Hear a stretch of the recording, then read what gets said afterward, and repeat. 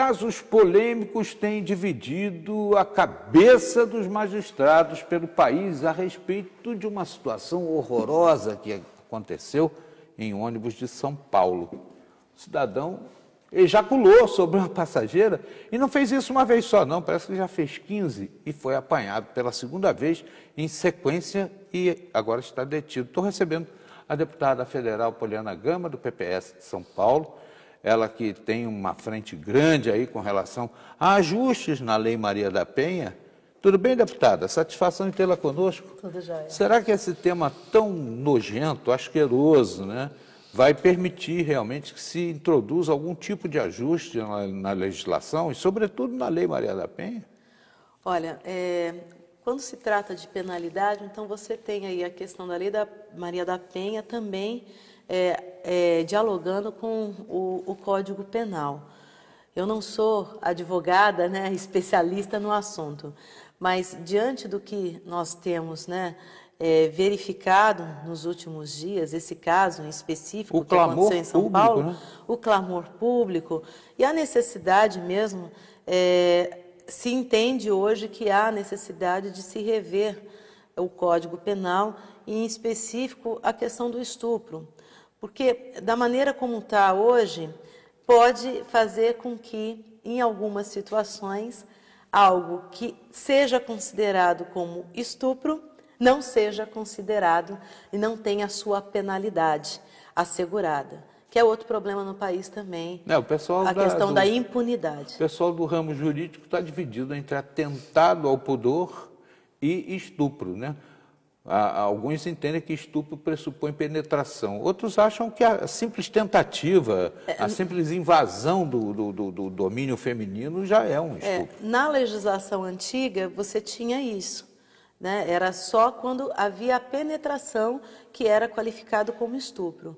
Hoje, ela recebeu, nos últimos anos, uma alteração, então você tem vários crimes que são englobados como estupro. Então, no caso, essa situação da ejaculação que aconteceu no ônibus na mulher, como houve a questão do toque, há o entendimento para nós que é uma ação de estupro também. Eu acho que só o fato, mesmo que não tenha toque, mas tenha o jato, né, já é uma violação, uma coisa nojenta. Porque não foi consentido. Pois é. Né? E a pessoa receber aquela coisa em cima. Tudo que você não... nesse caso em específico, a falta, né, do consentimento, no nosso modo de entender, qualifica dessa forma. Eu tive, assim, conversei com algumas pessoas a respeito disso, alguns, né, com essa dúvida, mas imagina, mas quando você faz para a pessoa a pergunta, e se fosse a sua mãe? É verdade. E se fosse a sua esposa? Sabe que eu estava com essa pergunta aqui, ó. E se fosse a sua filha? Aí o semblante da pessoa muda de figura. Então, o que falta realmente, e a cada dia mais eu tenho identificado e tenho feito esse apelo às pessoas, a gente precisa fazer esse exercício de se colocar no lugar do outro. E aí, quando a gente se coloca no lugar do outro, a gente começa realmente nesse exercício a imaginar o que o outro sente. Então, quando aconteceu essa situação com essa mulher em São Paulo, e depois que veio a ser recorrente com outra mulher, em ambas as situações, eu fiz esse exercício de me colocar no lugar dela. Como que eu receberia aquilo? Então, realmente, é uma violência com a gente. Aí os caras ficam assim, não, tadinho, ele é doente mental. Fica sentado ali no banquinho que ele fez a coisa para ver se você vai achar mesmo. E se isso for comprovado, e mesmo ele tendo algum problema mental... Tem que tratar, né? Tem que tratar e tem que ter a punição devida nesse assunto. O que não dá é para ficar impune. Verdade. Ainda mais num país como o nosso, em que a gente tem aí essa gravidade com relação à violência da mulher. Ainda, né, a gente tem aí dados alarmantes. No Vale do Paraíba, nós tivemos um crescimento principalmente nas denúncias aí com relação a estupro. E o que agrava mais essa situação do estupro é que, na maior parte dos casos, ele é realizado, ele acontece próximo, né, da família. O autor, né, no caso, a pessoa que violenta a vítima, Geralmente, na maioria dos casos, é uma pessoa próxima da família. É o padrasto, é o tio, né? Uma coisa... Às vezes está dentro de casa. É verdade. Isso é o que assusta mais. Então, é uma cultura que a gente precisa banir de uma vez por todas. E isso, na minha maneira de avaliar, exige um grande esforço de toda a sociedade, de todos os setores, da educação, da saúde, do setor social da cidade, segurança, para que, de fato, as pessoas entendam que elas não têm o direito, principalmente essas pessoas que, infelizmente, tem hora que eu penso, será que são pessoas? Porque não pode ser um ser humano, uma pessoa que faz isso, por exemplo, com uma criança de 10, 12 anos de idade. Né? Isso realmente dói na gente. Né? A gente se coloca no lugar daquela criança e pensa... até que ponto, né? Realmente é monstruoso. Então a gente precisa precisa ter punição nesses casos rigorosa para que de uma vez por todas, se não se entende pelo fato de que não é correto, então que se tenha então a aplicação da lei. Deputada, eu tenho certeza que quando estiver em Brasília, certamente vai se reunir com a bancada feminina, que Sim. é pequena, mas faz um barulho danado, né? Para discutir temas importantes. Inclusive, me parece que agora está tramitando já no Congresso uma proposta de dar uma extensão maior à mulher que tem um filho precocemente, né? Acontece aí uma antecipação do período de nascimento e, mais do que justo, que ela dê amparo a essa criança prematura que está ali ao lado dela. Mas vou lhe pedir para a gente aprofundar o tema na volta da entrevista. Tá já, bem. já, aqui.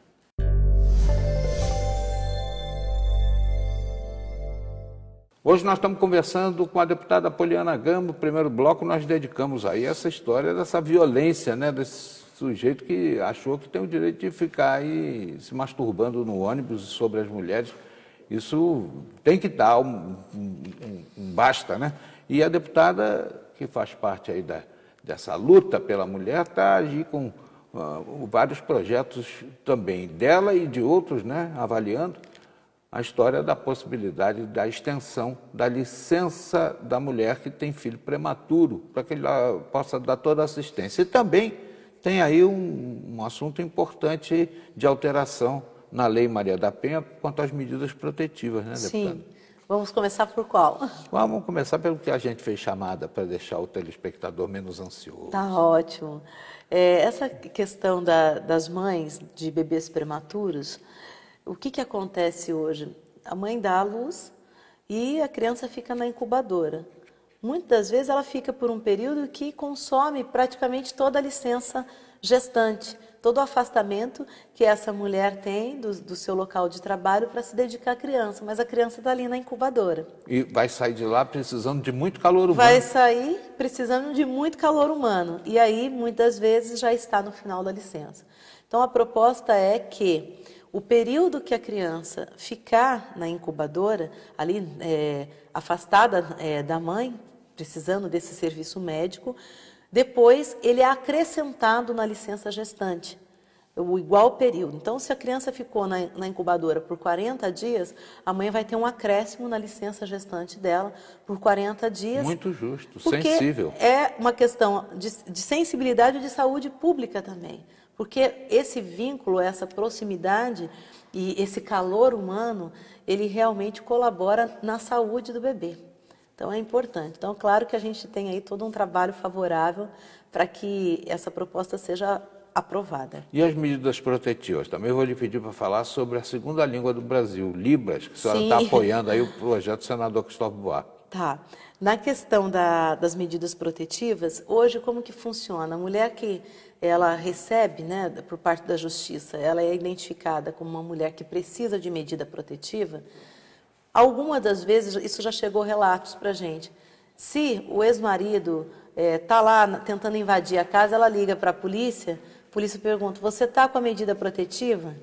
Então, imagina num momento de desespero, que você tem alguém que está fora de si para invadir sua casa, você está muitas vezes com seu filho, você está com a medida protetiva em mãos? Isso que a deputada está falando é muito importante, Não muito tem sensível. cabimento. Você já viu o inquérito que fazem quando você liga o 190? Começa a fazer um monte de perguntas, em vez de chegar e falar assim, eu vou socorrer primeiro e perguntar depois, Pois né? é.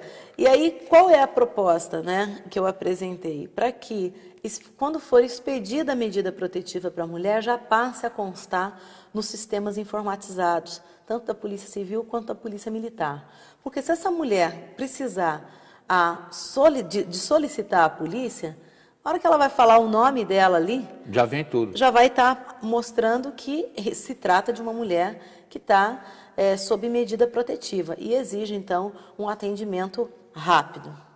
Deputada, agora a questão da segunda língua que está sendo considerada do Brasil. O senador Cristóvão Buarque propôs, né, que fosse introduzido nas escolas o ensinamento também de Libras, que seria uma coisa extremamente... Aí tiraram de pauta, o que aconteceu? É recorrente, o governo está utilizando disso, de tirar de pauta, de pedir vistas, e o que se alega é que não se tem profissionais para dar conta desse trabalho. Mas eu penso, não se tem profissionais porque também não se tem um incentivo. E no caso eu vejo a lei como um incentivo à inclusão, né, e a possibilidade de realmente fazer a inclusão, e no caso também um incentivo à formação de pessoas para que possam lecionar Libras nas nossas escolas.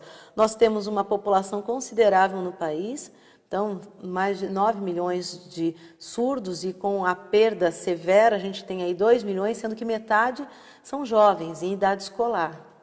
E quando eu falo dessa questão da linguagem de Libras, eu tenho colocado que não é também só a nossa preocupação com o surdo, mas também com toda a sociedade. Você imagina uma pessoa que faz uso da linguagem de sinais, passando mal e indo a um pronto-socorro e tentando apresentar, se expressar para o médico o que ele está sentindo.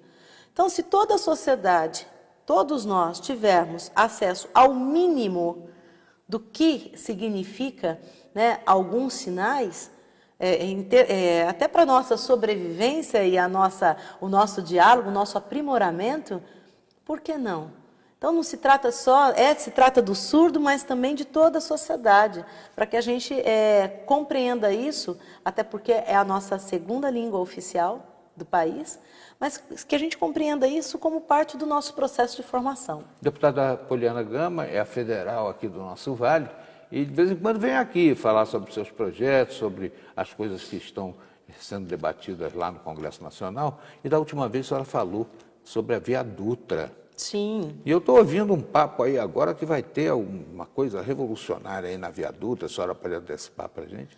Olha, eu realmente espero que tenha, porque a Dutra, a gente teve um aumento do pedágio, inclusive eu estou questionando essa questão da base de cálculo, até porque, principalmente aqui na nossa região do Vale, exceto São José dos Campos, mas que teve ações próprias do município para conseguir melhorar as suas alças de acesso, as suas paralelas, mas a nossa região aqui do Vale, de Taubaté até o Vale Histórico, a gente tem ainda muitas carências ao longo da rodovia, principalmente nas questões de acessos, nas questões de viadutos.